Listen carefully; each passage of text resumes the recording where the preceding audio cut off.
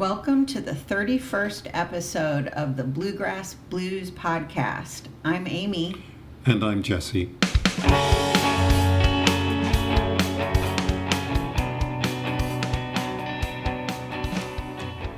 It's been a while since we did our last podcast. Some of us have been out of town, others have been doing other things. You had a pretty exciting trip recently. Where did you go?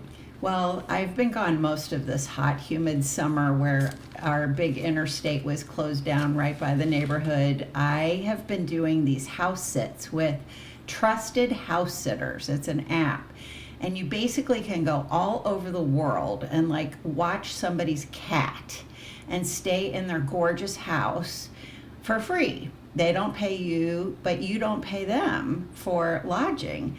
And so I did Canada earlier in the summer, which was awesome, and I talked about it our last podcast. And then this time I was up in the mountains north of Asheville, North Carolina for the last 3 weeks, and it did not suck. I don't know much about North Carolina, and why would you go there? It's nice? Or the Appalachian Mountains are they're amazing, Jesse. Mm-hmm. There are so many waterfalls. There's hikes. There's so much biodiversity. I mean, I'm a nature nerd, so I really got my nature fix on this house sit. And there was a really sweet dog I was watching. And Asheville is very cool, and it was just, it's an awesome part of the country. And you got away from the issue of politics and all that other stuff while you were there? I detached from my screens largely and just listened to insects mating and songbirds and rolling creeks and streams. It was exactly what I needed. And I think that really for anyone who's involved in politics right now, our self-care really is important. And so connecting to nature science has proven that it's so good for your health. So I really recommend it. Okay. Well, I was also out of town, and I could not connect with nature the way you did because I went to Arizona. And, Arizona in the summer is not where you're supposed to be. There's the average temperature was about 109 for the time I was there. I was there a week. Oh, but it's a dry heat, Jesse. Yeah, it's a dry heat, and it burns you to death. So, I was there, and I would go outside. Why were you there, by the way? Oh, I was visiting relatives. Mm-hmm. My aunt and uncle, who are in their 80s, are there, and so I thought I'd just go see them, see how they were doing. And it's they have a nice place. They live in Goodyear, which is west of Phoenix by about maybe 10 miles. And it's not a gated community, but it's definitely one of these Arizona developments. And you see everything being built around it immediately. Like if you were there 5 years ago, it looks like complete new cities are popping up everywhere. And, the weather was... I was out doing some yard work at one point, and it was... I shouldn't have done that, but it was very, very hot. And I also, you get in a car in Arizona, and the temperature in the car is 120 degrees. It's just really, really amazingly hot. And I don't know how people live there, but I know I couldn't do it, but my aunt and uncle are very happy there, so more power to them. Well, water issues are really coming to bear, too, for that part of the country. So. Right, and there's politics going on everywhere, and yes. Of course, since my relatives leave on things like MS Now all day, so you just hear all the political issues being discussed. And, there are many political issues in Arizona that actually they are also in effect here, and we can talk about those later because there are a lot of things we want to get through while we're here. I guess we should start with just talking about the national scene because Sure. There are lots of things going on there. The big two things on the national scale involving Kentucky, of course, are is Andy Beshear running for president, and is Mitch McConnell dead? Yeah. And I think the answer to both are yes. But we should elaborate on this. Yes, and let's do that. Did you send me the Nick Kristof article in the Times, or did I send that to you? Well, we both sent it to Okay. each other. Well, Nick Kristof, who's a columnist with the New York Times, did this very long piece this past week on Andy Bashir and his potential for running for president. And the headline compares Andy to Bill Clinton, which I think is unfair to Andy. Absolutely. I think Bill Clinton was a better president than what we have now, and he was a better president than George Bush II. Mm-hmm. But to compare Andy Bashir with Bill Clinton is like saying, okay, we think Andy Bashir is a child molester, because I'm not a big Bill Clinton fan, because he did all the triangulation and he did a lot of things to undermine minorities and women while he was president, in order to appease the Republican right that hates him anyway. Plus, he couldn't keep his you-know-what in his pants. Well, yeah. And he's in the Epstein files, He's in the Epstein files, the whole impeachment, well, the fact that they had an impeachment over him and Monica Lewinsky is ridiculous when you compare the things that are going on today. For sure. On the national scale, like, okay, Bill Clinton had an affair with an intern. She was of age. Okay. Yeah. Yeah, I Donald wouldn't Trump. say child molester. I wouldn't say Right. comparing Andy to a child molester. Right. Yeah. Well, I wouldn't compare him to Bill Clinton for that matter, because Bill Clinton's a different animal altogether. But leaving Bill Clinton aside, the promotion of Andy is that he's a nice guy. He works in a red state, deeply red state, blood red state, and he's won 2 elections. And we've discussed his election wins in the past, because before we were talking about how in his first election he beat Matt Bevin. Not by much. Not by much, but Matt Bevin was a horrible person. He was. And hated, but Matt Bevin is he's been in the news recently because of some child support support issues for an adopted son. Right, yeah. And he's, like, arrest warrants have been put out on him. He's not honored them at all. He's not showing up. Kind of like Donald Trump. Yeah. But, Matt Bevin lost because he was a horrible person. And I quoted this before, like, some Kentucky legislator, a Republican legislator, said that it was a choice between a decent person and an asshole, and the people went for the decent person. It was Andy Bashir.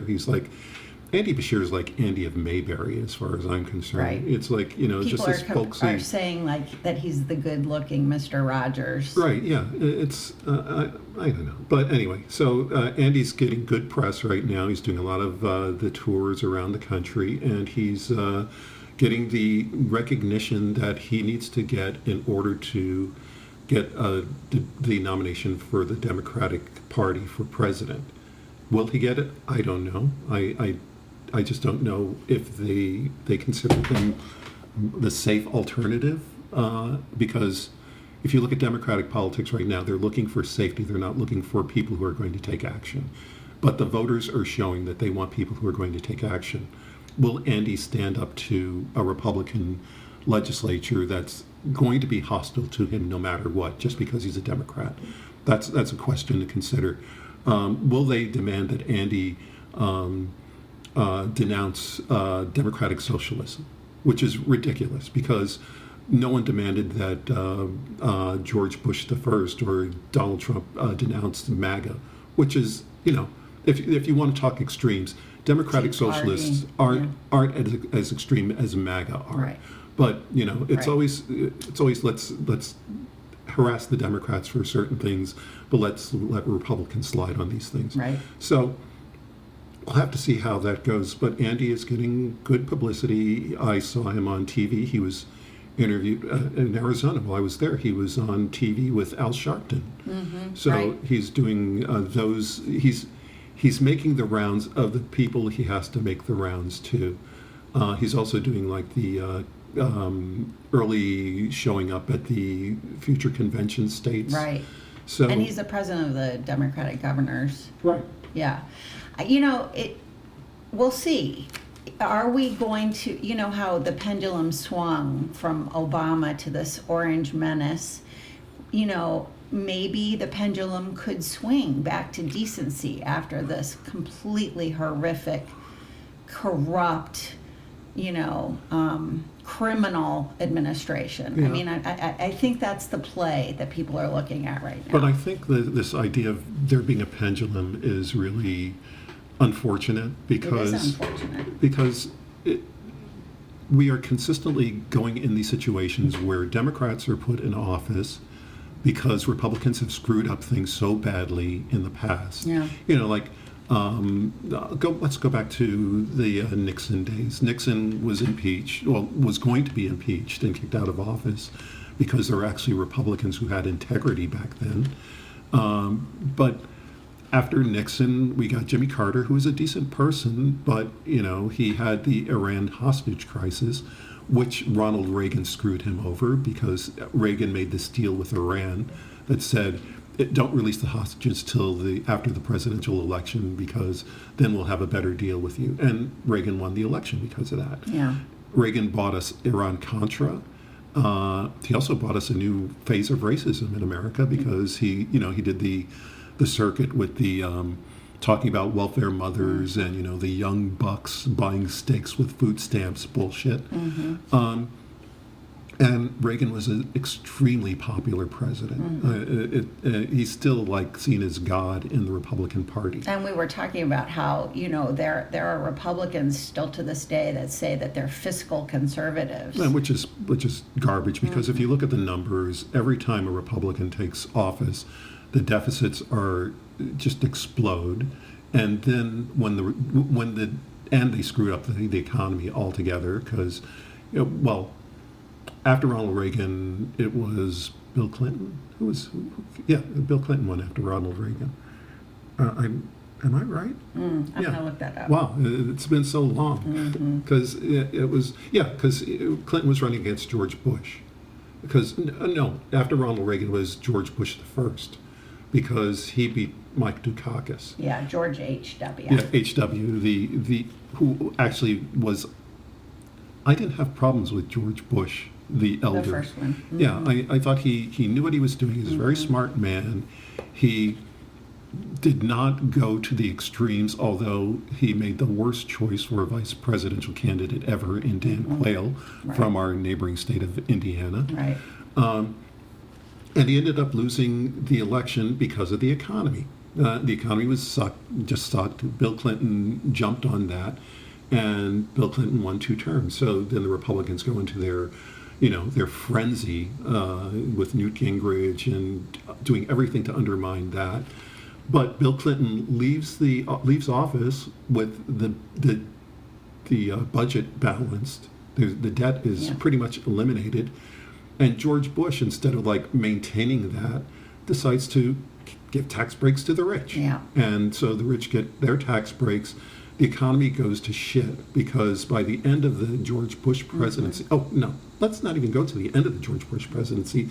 Let's go to the fact that he let the World Trade Center get blown up because he knew, or his people knew, that Osama bin Laden was out there preparing to attack the United States.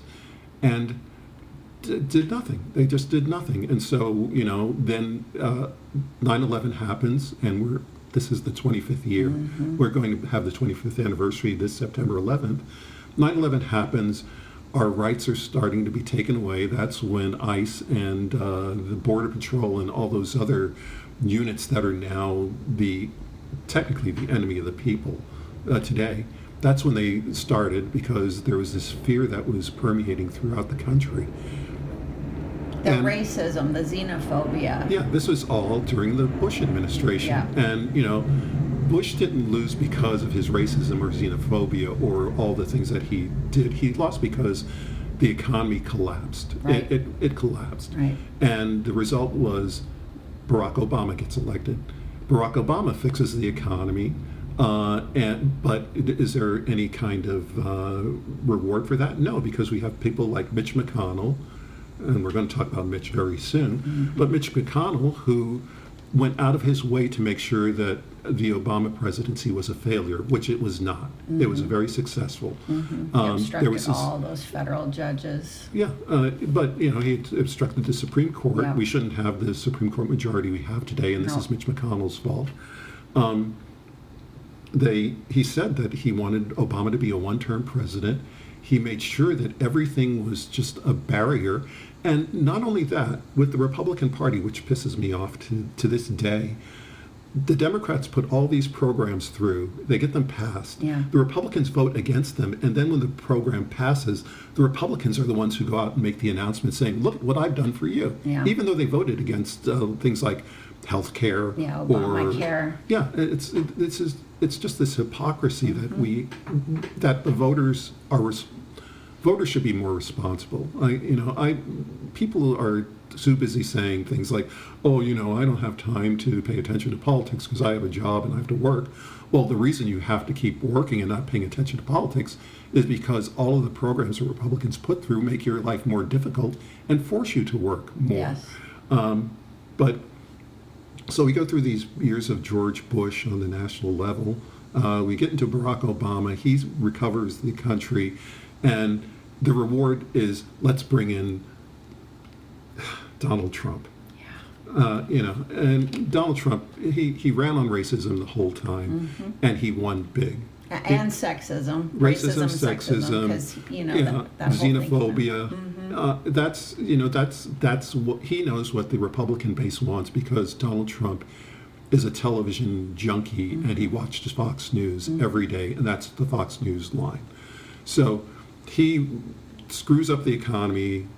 Then we bring in Joe Biden. Joe Biden fixes everything that Donald Trump has screwed up. Yep. And the reward is Donald Trump comes back as president because because the voters are at some point someone has to say that voters are irresponsible. People who are voting are not being responsible in their duties as American citizens. They should be paying attention to what's going on. They should know that there are certain things happening that actually affect their pocketbooks. But instead, in the last presidential election, you get this, the price of eggs is too high, all the other complaints that people had, gasoline costs too much, but all those prices had gone down under Joe Biden because they had gone up under Donald Trump. Well, and then the racism and sexism raises its ugly head again with Kamala Harris. Right. Well, was late. the racism and sexism was just overwhelming when Barack Obama was president. And so, Republicans lost their shit then. They just went nuts. Yeah. And then we get to Kamala Harris. I'm angry at the mainstream media for the treatment of Joe Biden and Kamala Harris, because they were going by the Fox News line of, oh, Joe Biden's he's too weak to be president, he's sleepy, and I never saw Speaking of sleepy. Yeah, I never saw Joe Biden sleep. We're seeing it every day. Yeah, we're seeing it every day with Donald Trump, and he's still calling Joe Biden Sleepy Joe. Yeah.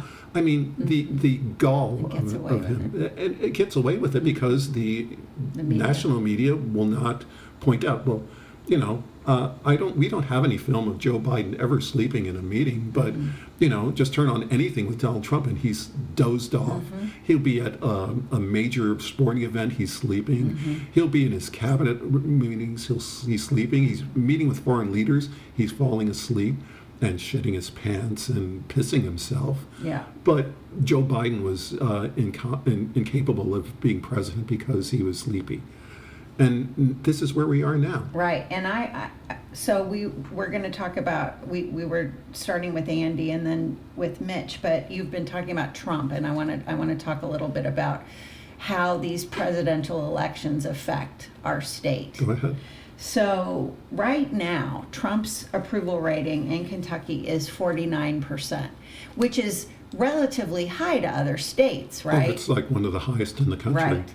But it's still less than 50% in deep red Kentucky, right? Which is astonishing. And by the way, Andy Barr Who's running for Senate as a Republican candidate. also is Kentucky. polling exactly at 49%. So if Andy Barr is elected senator to fill in Dead Mitch's seat, Yeah. you will get more of the same. You Mhm. will get more of the same. So right Well, now, Actually, I think he would get less because the thing I would say about McConnell is that he was very effective at what he did. Andy Barr is not effective at anything other than being a racist. I'll tell you what McConnell was very ineffective about, and Rand Paul, is that Kentuckians continue to be poor. They continue to be sick. Our economy is one of the worst in the nation. People do not want to move here, et cetera. So, you have these great senators, like Senate leader and all that kind of stuff. And meanwhile, Kentuckians are still at the bottom of the barrel. So I do want to talk about some impacts so that people really understand why this presidential election and these national elections matter. So Trump right now, because of his trade wars and the tariffs, we are seeing major impacts on bourbon, soybeans, cattle farming, cargo transport. We have this huge hub where there's a UPS plane flying overhead right this second. Right. And everything is affected by these tariffs and by rising gas prices and this trade war. So, for example, Kentucky ranks 4th nationwide in the increase of gasoline prices. Yeah, since Trump's takeover. 20% since Trump took office, from $2.98 a gallon to $3.67 a gallon.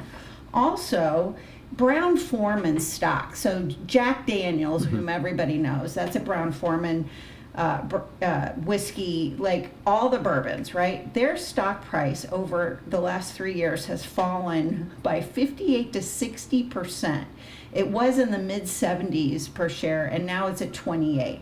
And this steep decline is largely due to Trump's sweeping tariffs and the significant retail boycotts of American spirits in key markets like Canada.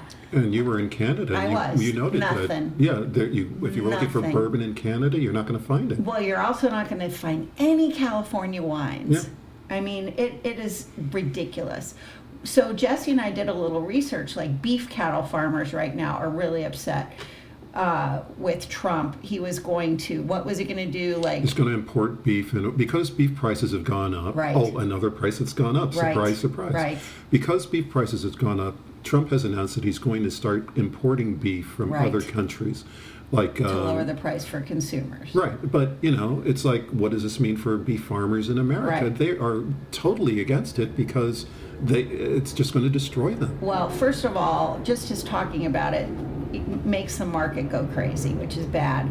And then we found out that Kentucky is the largest beef producer east of the Mississippi River. It's a $1.23 billion industry per year, 700 million Tons? of pounds per year. I'll look it up. Yeah. I mean, basically, huge producer of beef cattle, and the Farm Bureau and the Beef Cattle Association, everything are really upset with Trump. And then, not to mention all of these increases in prices that we're facing, but also the federal cuts and services, like flood mitigation is a good example. With climate change, which does exist, you see more and more flooding events, right? And now the flooding mitigation services from the feds is being cut. Insurance, we were talking about flood insurance. Now it's going to be even impossible for people to get flood insurance. And then people who do get flood insurance that may be impacted by floodplains and stuff, they might think that they're going to get full value or rebuild value, and they're absolutely not going to get anything close to that. And then cuts on educational support. Head Start just came up again for massive cuts, and we have thousands of kids using Head Start for pre-kindergarten services, and mostly those are poor kids, and of course we don't care about poor kids. Health testing programs, and then regional weather services. You have all of these things happening now because of global warming. I mean, I was just in the Asheville area, and Hurricane Helene, they're still rebuilding from that from 2 years ago. And that was a hurricane in the Appalachian Mountains in western North Carolina. I mean, it's just bonkers. Right. Going back to the beef cattle, Yeah. the state has 1 million beef cows and around 2 million total cattle and calves. Produces, there are more than 38,000 farms that raise beef Wow. in Kentucky. It generates $1.2 billion in annual receipts. And, you know, it's the reason is because Kentucky has really great land for Yes. the production of beef. Yes. So, you know, it's going to hurt Kentucky again. Right. Like he's going for things that will hurt cattle farmers. He's going for things that's going to hurt spirits producers. Right. Whatever is good for Kentucky, he's going to do something. Right. His And of tariffs course, are ICE damaging. enforcement is terrible for the state as well. I mean, you think about the horse industry, right? You think about agriculture. You think about our humanity. And, you know, all of this fear is being struck against these folks. Well, yeah, but this is what Trump has been doing since he took office. And But people don't understand that these are direct impacts of this president on this state. those are direct effects of what Trump is doing to this state, and he still has a 49% approval rating. Yeah. So whose fault is that? Yeah. And But I see that as a positive, though, because it It's is not a downward 50%? trend. Okay. Yeah, it's a downward trend for sure. Yeah, well, I don't know. I think Yeah, 49% I get is it. way too high. It is and way too it also is interesting that if you look at the numbers, 49% is what Andy Yeah, Barr. I said that. Yeah. For sure. What would you like to talk about now? Well, let's see. We still haven't talked about Mitch. Where's Mitch? Yeah. Is he? Is he dead? He's got to be dead. I think so. Wouldn't we have seen his face, his real face, Well, not an AI face? We can't say it's an AI face, but we would have seen something. And it's Heard his voice? how easy is it to just like take your iPhone, Mitch, take your iPhone, do a selfie, and say, "Hi, people, I'm still alive." Yeah. That's all you had to do. Yeah. And he didn't do that. And the media haven't done anything to Right. And this is ensure that this is innocent. definitely the fault of our state media. It's also the fault of the national media because Mitch Totally. is a national He's not political showing figure. up for all these votes, which I'm not Which is upset good about. Yeah. because they're all, whatever he's voting for, it's going to be bad for Shit. Kentucky. But that's, this is where we're at now. We're in a state where we have one senator who's just crazy going after the person who saved millions of lives Absolutely. during COVID. Absolutely. That's Rand Paul going after Fauci. And we got another senator who's Dead. That's it. I've been calling him Schrodinger's senator because of the Schrodinger cat analogy, where you put a cat in a box. The box has something that'll kill the cat, but until you open the box, you don't know if the cat's alive or dead. So he's in both states of being. Mitch is in that. Mitch is Schrodinger's senator. Yeah, like for sure. I think he's dead. Yeah. Or he's totally brain dead. incapacitated, and they've just not been doing anything because I don't understand why they didn't hold the special. Well, there's no reason to hold a special election. For It one, wouldn't serve us right? well. No, it doesn't serve us well. Plus, it's a huge waste of money. Well, But that doesn't seem to be a problem. although in other states, and we've discussed this last time, when a senator dies, the governor can appoint a senator to fill in the position for the remainder of the term. That's what happened when Dianne Feinstein died in California. Lindsey Graham. When Lindsey Graham died in South Carolina. So this is not an unusual. This is the way it's supposed to be done. Yeah. But the reason the Kentucky legislature, Republican-led, totally super majority, they passed a law that said that the governor could not appoint a successor. It had to be a special election.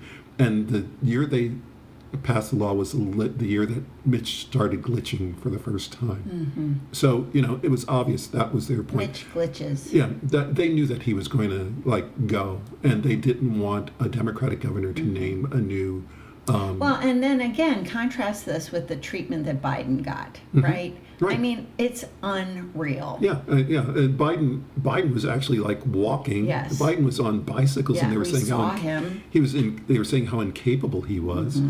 And we should point It's out that Joe disgusting. Biden is not doing well now. He's got cancer. Right. But even so, the Different treatment. by the media. by the mainstream media Yeah. and by the people who are supposed to be like, And by voters. well, I can't blame voters because, well, I can blame voters because voters don't pay attention. But even if the voters were paying attention, the media sources they were getting Yeah. were not reliable. Yeah. Like there are, the allegedly moderate commentators are saying bad things about Joe Biden. Just like during the Obama term, the moderates were saying bad things about Obama not being whatever, or the conservatives saying Obama was like the reincarnation of the Antichrist or whatever. Yeah. They're just crazy. Yeah. So we're in this situation where we have, and what Andy Barr is running for is Mitch McConnell's seat. And also, let's point out that Charles Booker is also running Yeah. for the same seat. Charles Booker is the Democratic candidate who has a huge hill to climb because he's a black guy in a deep red state. Yeah. But if you look at his platform will benefit Kentuckians Yes. far more than anything Andy Barr is saying. For sure. Andy Barr is talking about trans athletes. Right. This is not.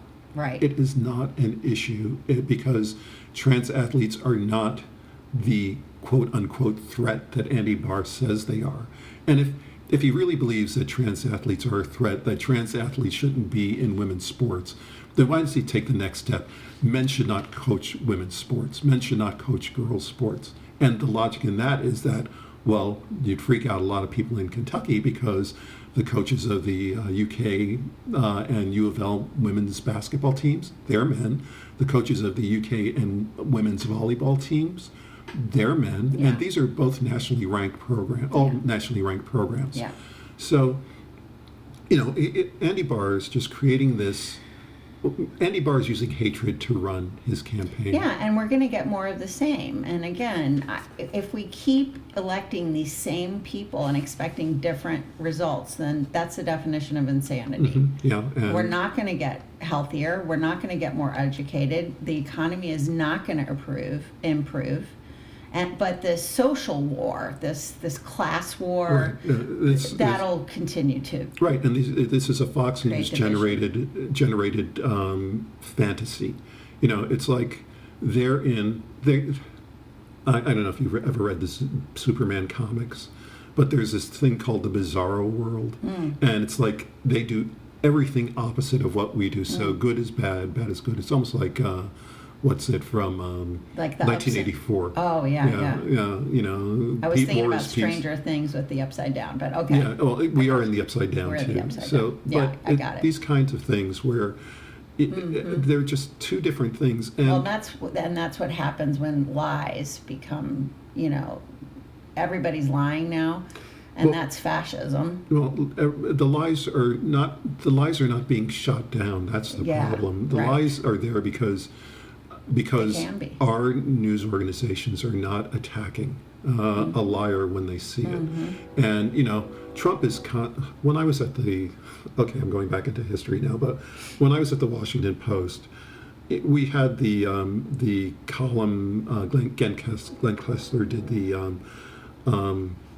what the lies were that day or whatever. The Pinocchios. Today's the lie of the day. Yeah, and I love Trump lied thousands and thousands of times, tens of thousands of times, but it took forever for anyone to say this is a lie. They say, well, he misspoke or he exaggerated or whatever. It's like, no, he's Lie. a flat out liar. Yeah. And the thing that amazes me about Donald Trump, especially in a state like Kentucky, is that it used to be a time when people in Kentucky would think that New Yorkers were like, shady Yankees. people.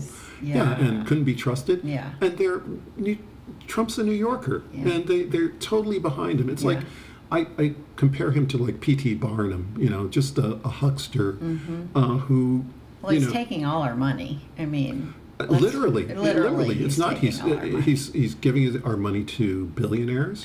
His ballroom, his crypto, his social media platform. Taking down the name of the Kennedy Center, trying to get his name put on U.S. currency. Yeah. It's, I just He's don't. literally taking all our money. Right, and his family's taking our money. Yeah. And since we're talking about national politics, the fact that there was a story this week that said that Hakeem Jeffries was meeting with Jared Kushner. Yeah. Jared Kushner, Like Trump's WTF. son-in-law. Yeah, Trump's son-in-law, who's making billions of dollars because he's like a tool of the Saudi government. Right. Well, plus I think he's probably the one lined up to develop the Gaza coastline on the Mediterranean Sea and develop all of that. Right. Yeah, and it's the Gaza isn't for him. It isn't about human rights. It's about how can we build hotels and build casinos. Yeah. It's all a money grab, and everyone in the Trump administration is a money grabber. Yeah. I think I saw a story. But it's not just. I mean, the tech giants, like all of them, they're all in it together. There's a book called The Nerd Reich. Right. And it's about how Silicon Valley has become this haven for far right ideology. Yeah. And it names names. And the interesting thing about this is I read that the guy who wrote the book, who worked in San Francisco for a different news organization than I did, we were there at the same time, but because he wrote the book, all the social media platforms are deplatforming him. Wow. So, it's like he's going after the people who are in control of these social media platforms, and they decided that he's saying bad things about us, so we're going to not let him say it on our platforms, that's censorship. Yes. And I remember the days when the alleged tech bros were talking about, this is a way for people to get their messages out, and no censorship. And Elon Musk, the South African racist illegal alien, came in and he was saying that it's all about free speech. That's what his thing has been. X is all free speech. Right. Well, they've deplatformed the guy who's criticizing Elon Musk for doing all these bad things. Right. So, this is what we're dealing with now. This is why we have, that's why we're in the state we're in now. And going back to cattle farmers, just one quick point I'd like to make. If the cattle farmers fail, that means that their property is going to be up for grabs. And J.D. Vance is part of a group that's buying up agricultural land. Yeah. So, this is... Well, that ties into our data center topic as well. Yeah. Right. So there's now a map. You all we'll put a link to this map of where all the data center developers are looking to build in Kentucky, because the Kentucky super majority of Republicans approved all these statewide sales tax breaks. Right.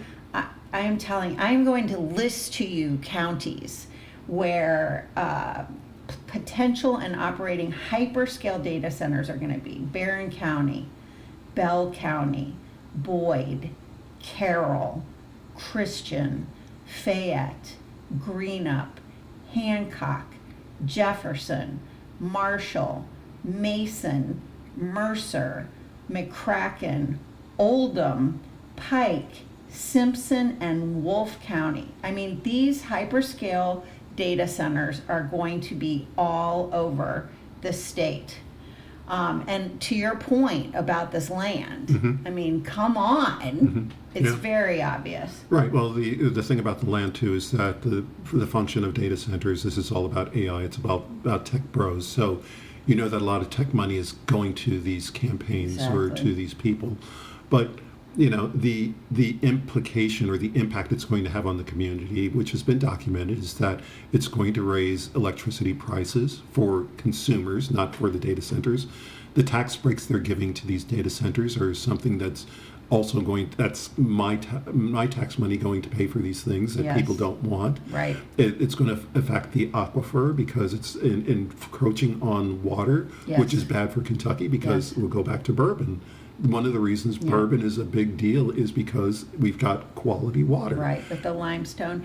And then I was reading how the IBEW, the International Brotherhood of Electrical Workers, they love the data centers because all these electricians get put to work. Right. So they're putting all their money in PACs, for politicians to support the data centers. Right, and we have which to point for out, me is very ironic. I mean, I understand jobs in the short term, but unions are supposed to be for workers, right? Right. Isn't that what they're about? And AI is going to decimate our workforce. Right. But I'm sure But that it's the this short term. union thinks that AI is not going to decimate the need for electricians. Yeah. But you're not going to need as many electricians once the data centers are built. Exactly. So these things are just bad all around for Kentuckians. But I wanted to tell you we're something. going to vote for Republicans. Yeah. The state's voting for Republicans, so that's what's going to happen. They're going to get them. So, Jesse, we're talking statewide, so I'll put a pin in this, but Steve Poe, who we're going to have like an expose of in a couple weeks. Oh, we'll talk about him later. Carroll County, his company is planning to build a $9.6 billion data center near the Kentucky River in Carroll County. So he's not just in Jefferson County. Mm-hmm. Well, yeah, and that's the thing. When you look at the data centers, you look at, who's supporting it, and you just said unions are supporting it because it creates jobs in the short term. But the people you have to look at who owns the land that they're trying to develop. Right. So J.D. Vance is going to buy up all that land. And Steve Poe, as you said. The developers. Yeah, the developers are going to buy the land. Yeah. And the other side of this is that the developers are also on, county planning boards. All of them. Yeah, so, developers. They're not doing things in the interest of the community. No. They're doing things in the interest of their pocketbooks. Right. And the developers are going to keep doing this until we vote against the people that they're supporting. Right. And that's why, this is where the media should be doing a better job. We should be looking at things like, if data centers are being built on certain land, who owns the land? Is that person on a board that decides that the data center is going to go on that land? How much did that person pay for the land to buy in the first place? Yeah. And what is he or she selling it for? Right. What kind of profit are they making? And who are they donating to? Where is their money? Where's the money going for their political donations? Well, and then, in Louisville, of course, we have the whole environmental racism element that most of the stuff is stuck in the West End, which is predominantly minority. I will tell you here, when that Veterans Administration hospital was approved in the East End, that was a company, I know who owns that company, and they bought that land for very little, and they oversold it back to the VA. What do you mean oversold it? Oh, paid? They charged ridiculous. Of course, way higher than what it was worth to basically cram that VA hospital into that small plot of land in the East End. I don't know. It's follow the money. Right, and there's a lot of money being made by a lot of people who don't care about they don't care about the community. No, they care about their absolutely pocketbooks. So these are the things we're coming up against as the election approaches, and these are the issues that have to be talked about. And I would like to see Charles Booker saying more about this, and I'd like to see whoever's running our mayoral candidates talking more about this. But also, I would like to know. I would like to know who's funding this, who are they giving money to, and what's the obligation? And even at that level, if they're giving money to politicians, are the politicians making money on the side as well? Of course they are. But how can you? Well, we would be able to prove it if we had a media that would look into these things. But investigative journalism is pretty much dead. Let's pivot to the Kentucky State Fair being here now. Oh yeah, so we've got the State Fair. Talk about the State Fair is like the biggest thing for the agriculture community in the state. In the state, and it's right here in Louisville, right very next to the close to airport. where we live. Yeah, it's walking distance for me. Mm-hmm. And they had a horrible thing happen this A week. Do you want to horse talk- was electrocuted. His name was Mr. Spots. He's an American saddlebred, and he got electrocuted in his temporary tent stable. And it was on August 20th, right before the World's Championship Horse Show. Yeah, that's 5 days ago. Yeah. And I just got to say, this state is horrible to horses. I mean, thoroughbred horse racing is terrible. Those horses, can you imagine beating your 2-year-old child the way that they beat a 2-year-old horse to get them to perform?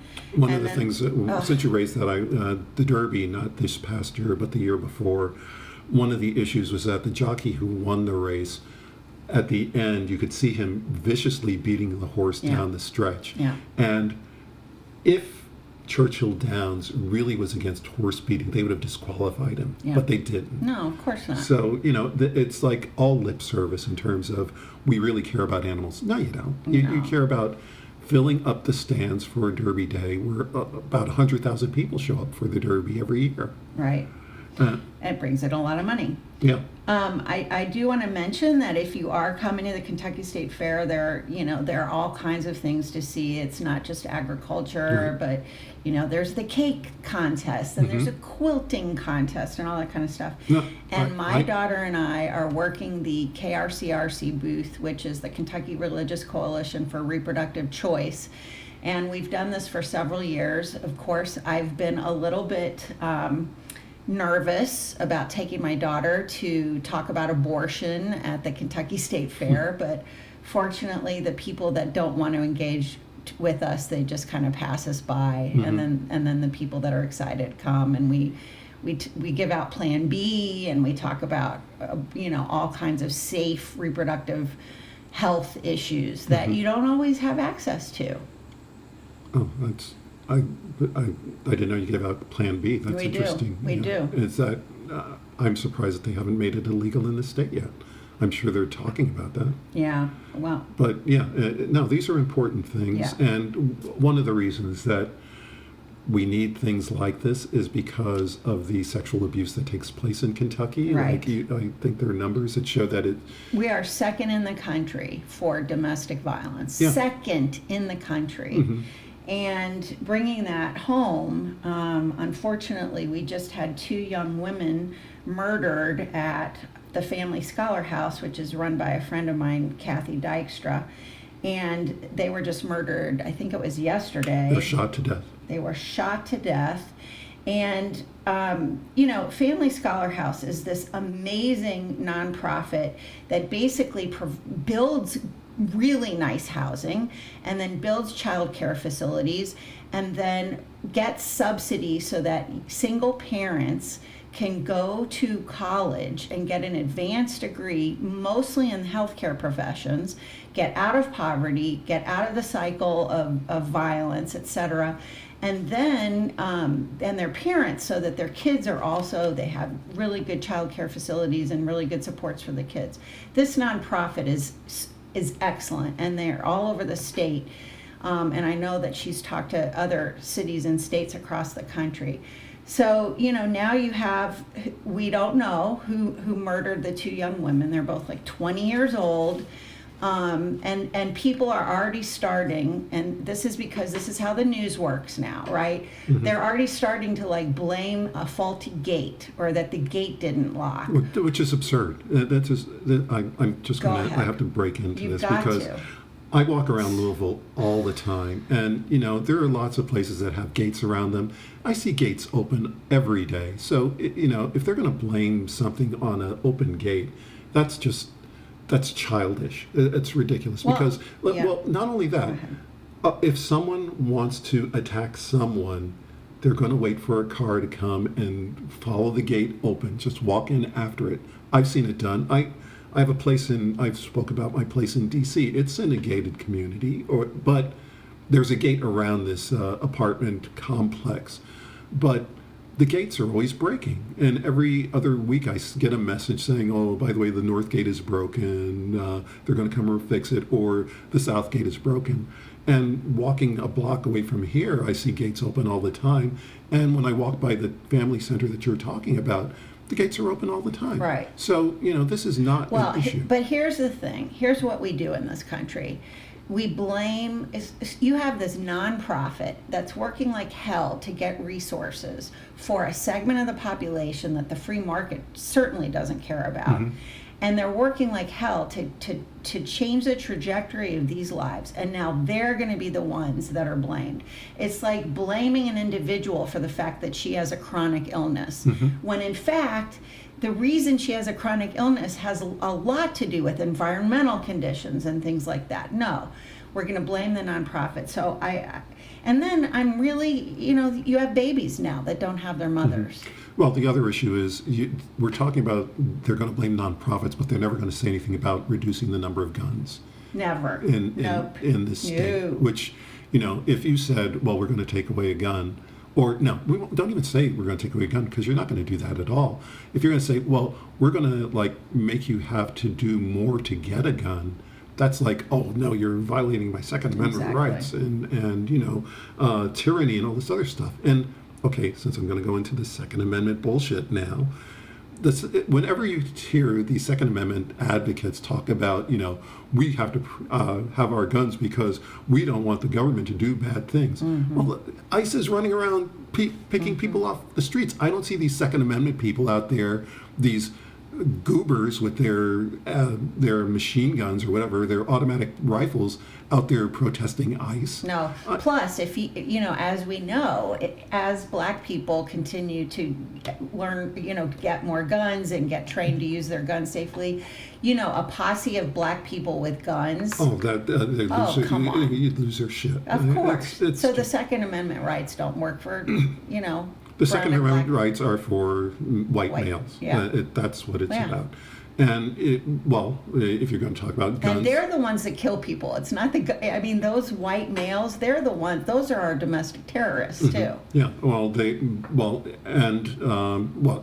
what was it? When I was in Arizona, I hate to say this, but watching the news, there were at least 3 instances of mass shootings, and there was one overseas, and in the overseas instance, the leaders of that country were saying, we're going to do something about guns, we're going to get rid of them. In the American shootings, no issue, no discussion at all about limiting access to guns. Yeah. And it was some guy, I think in Idaho, who was shooting up an In-N-Out burger place. And, they had film of him running around with his little automatic rifle, shooting at people, shooting in the window of the drive-through. And, and there's a gunfight going on because there's another goober out there with his gun shooting at the guy with the gun. And, it's just there's no stop and think, what's the problem here? Is it that people are angry? No. Is it that there's a mental health issue? Well, yes, there's a mental health issue. But the problem is that there are so many guns in this country that, of course, this is going to happen. Well, our homicides in Louisville are up at least 4% from last year. And then just today, a young girl was shot at a bus stop in the Algonquin neighborhood. I want to pivot a little bit to ICE now locally. So we have 2 women that have really been in the news currently are Mel Bondanga, who came here as a child from a war-torn country, Democratic Republic of Congo, married a U.S. citizen, raising a 19-month-old baby here. She shows up voluntarily to her green card interview and is arrested and kidnapped in front of her family.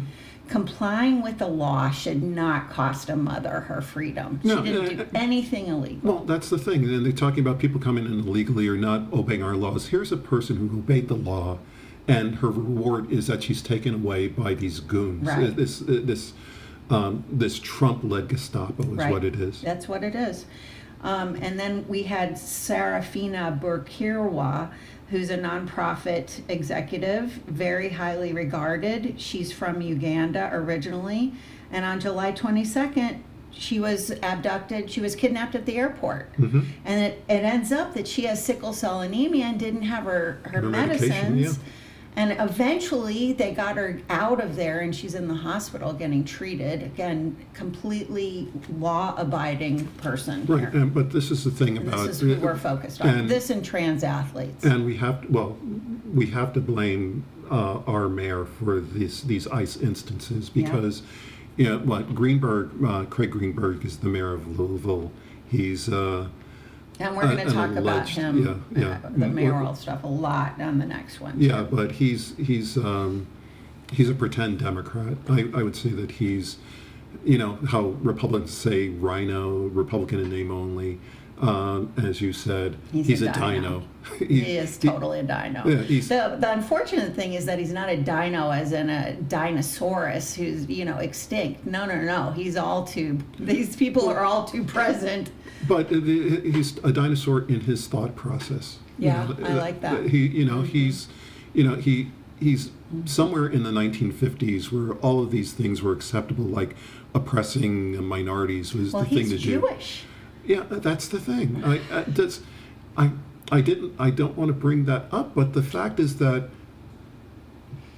because of his background, he should see when secret police come and take people away, that should repulse him. I mean, that should money corrupts and power to corrupts. To his core, he should be offended by that. But instead, he's like the cheerleader for this. He let them in. Yeah. And he's not doing anything to get them out. Right. It's the ACLU is going after this issue, the sanctuary city issue, and of course he had political reasons. He didn't want federal funding removed, but we have all these other mayors that took a stand. Yeah, let's look at Los Angeles. They took a stand. Right. Minneapolis took a stand. Chicago took a stand. New York is taking a stand. They're even though Washington D.C. is just the unfortunate thing about Washington, and I like Washington D.C. a lot, is that all these goobers from other parts of the country are in the House and the Senate, and the things that they don't do in their own districts that affect the lives of their people, that make it more difficult, they're doing it in Washington D.C. Yeah. So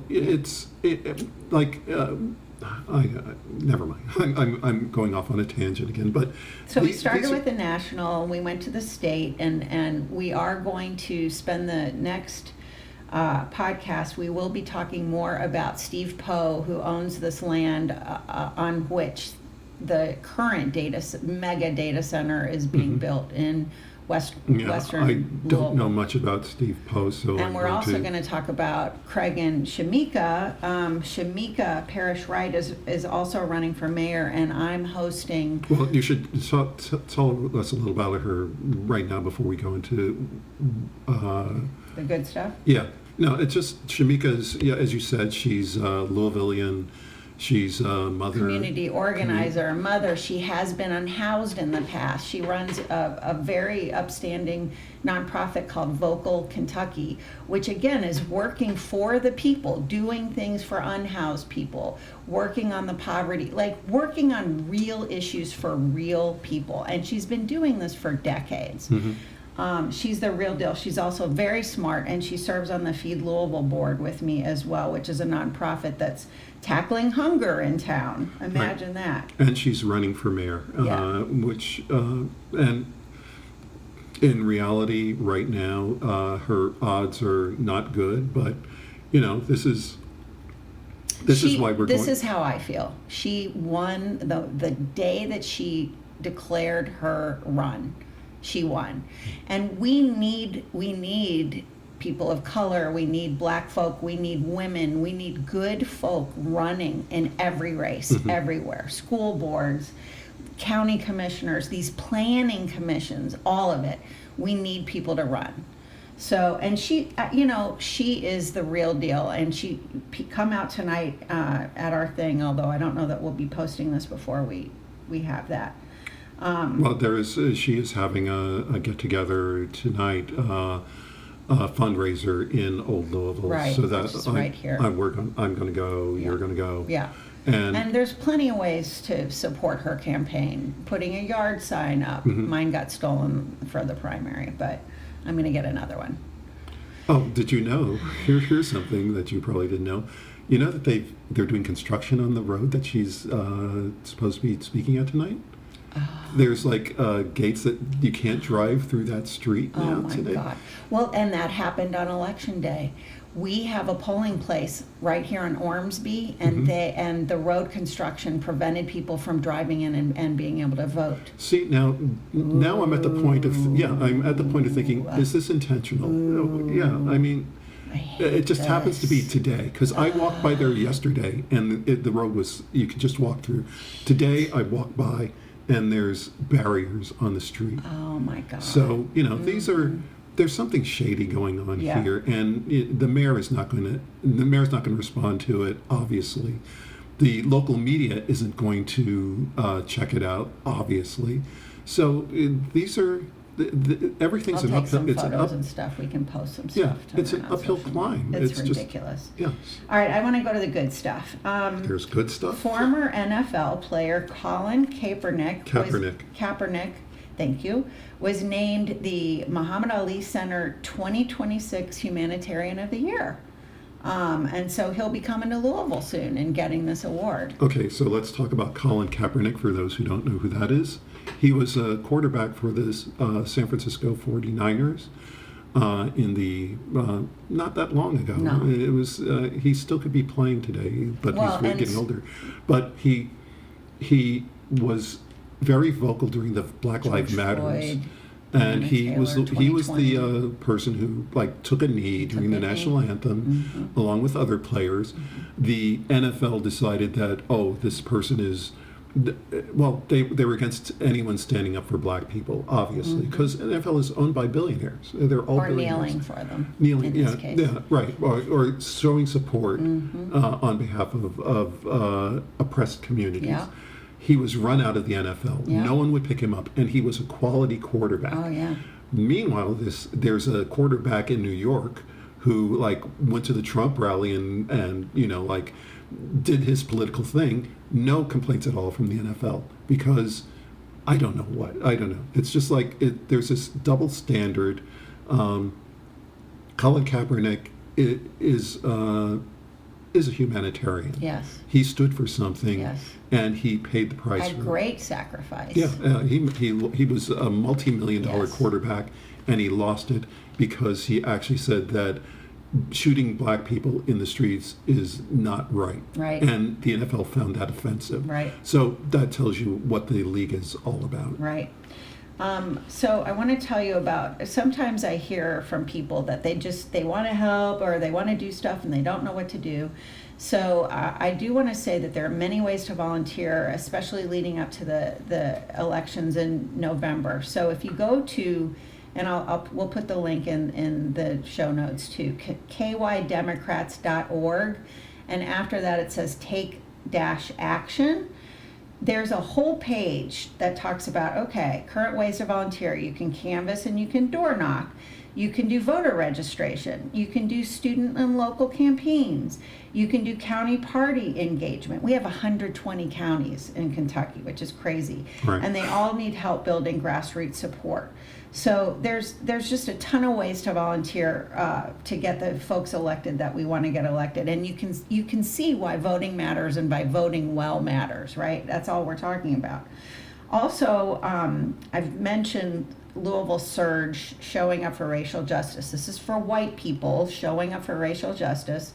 And the Community Defense Network, for example, I go and I regularly sit outside of an immigrant serving organization and look out for ICE. And we have this whole protocol if we see ICE, what we do, and all that kind of stuff to notify them. But the next training for this Community Defense Network is August 27th, and it's Zoom. And then the next one is, after that is August 27th, and then October 22nd. And you can find us at Google Louisville Surge, SURJ. Also, I wanted to mention that I helped start a group of Jewish Louisvillians. We're called Jewish Louisvillians for Peace. We were very concerned that after the brutal Hamas massacre of 1,200 Israelis, mostly young people at a concert in southern Israel. It was brutal. It was horrible. Hamas is a terrorist organization. If you read studies by Palestinian scholars, you will see that most Palestinians are not in favor of Hamas. So, but these are human beings, and we knew that Netanyahu was going to have an outsized reaction. Some call this a genocide, what's happened in Gaza and what's happening in the West Bank by Jewish settlers. We are having an open house this Thursday night, and if you're interested in learning more about that, you can email shalom@jewloupeace.com. Jew, Jew, Lou, Lou, peace.com. A couple other events I want to tell you about. Give for Good Louisville is coming up on September 10th, and that's basically, it's run by the Community Foundation of Louisville, and every single nonprofit is getting out there for your dollars, for your support, every one of them. And I'm on the board of Feed Louisville, and we could really use your support because we are really at the hub. We are at the hub of a food network that is rescuing food from all kinds of places, including our grocery stores, including from farmers, and then we make meals, thousands of meals a day, and we get those to community members that are hungry. And it's an unbelievable organization. But support your nonprofits for Give for Good Louisville on September 10th. And then I got to tell you about Bug Fest, because I am a naturalist at Bernheim Arboretum and Research Forest. And Bug Fest is September 19th. It's a Saturday. If you have not been to a Bug Fest and you have kids or grandkids or nieces or nephews, or you just love nature, you've got to come out. Jesse's family was out there. He was out there with his grandkids last year. They had lots of fun. It was amazing because they let the kids touch bugs. Yes. They have all these like costumes that there's a bug parade where kids dress up as bugs. They have bug toys there, and it really is just a big family day where kids are being exposed to nature and seeing that bugs aren't icky things all the time. So. It's definitely worth going to. Well, that's what I got. I don't have anything. I can't think of anything happening. But, we're going to Shamika's fundraiser tonight just to see at the what that's... walled-off street block. I'm so upset about that. Yeah, so I'm going to take a picture and put it with this. And we will be back in a couple of weeks. And September 8th? That's what we're shooting for. Yeah.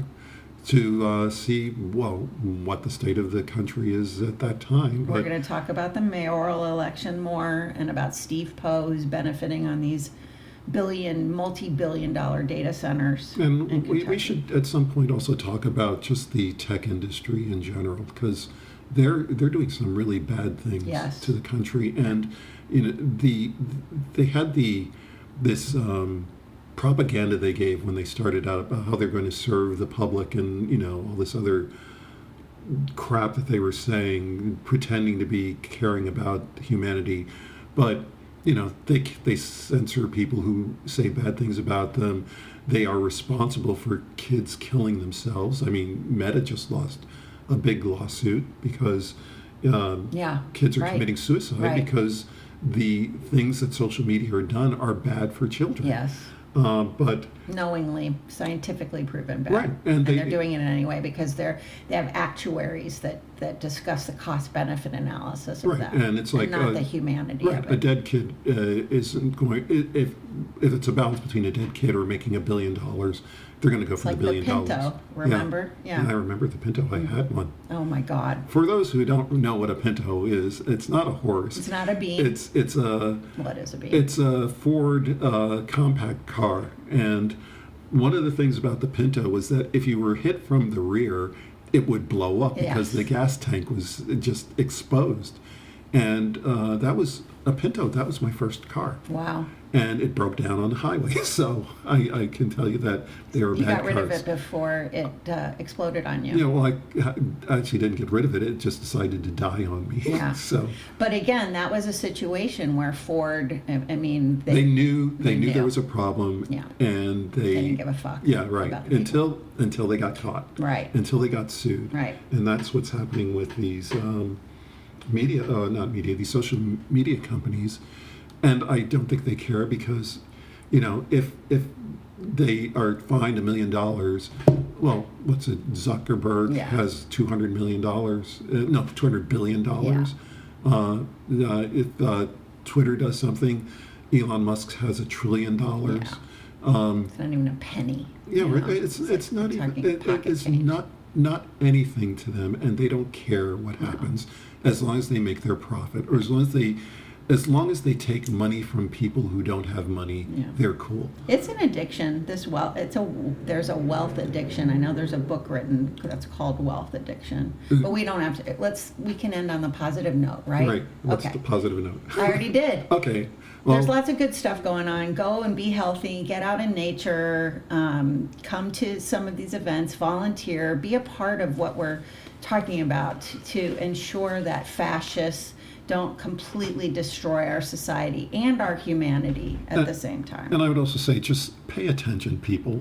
This is it's not only our responsibility; it's your responsibility to be out there and be aware of who are the people who are doing the most damage to you. And it's not the unwed mothers, it's not the trans youth, it's not the minority or the immigrant who's working in the fields where no one else wants to work. Or doing your roof in 120-degree weather. It's the billionaires. Yeah. So on that note, yeah, let's just get out of here and see ya. Get ready for next week. Okay. So long, people. Our closing music is by John Chamberlain.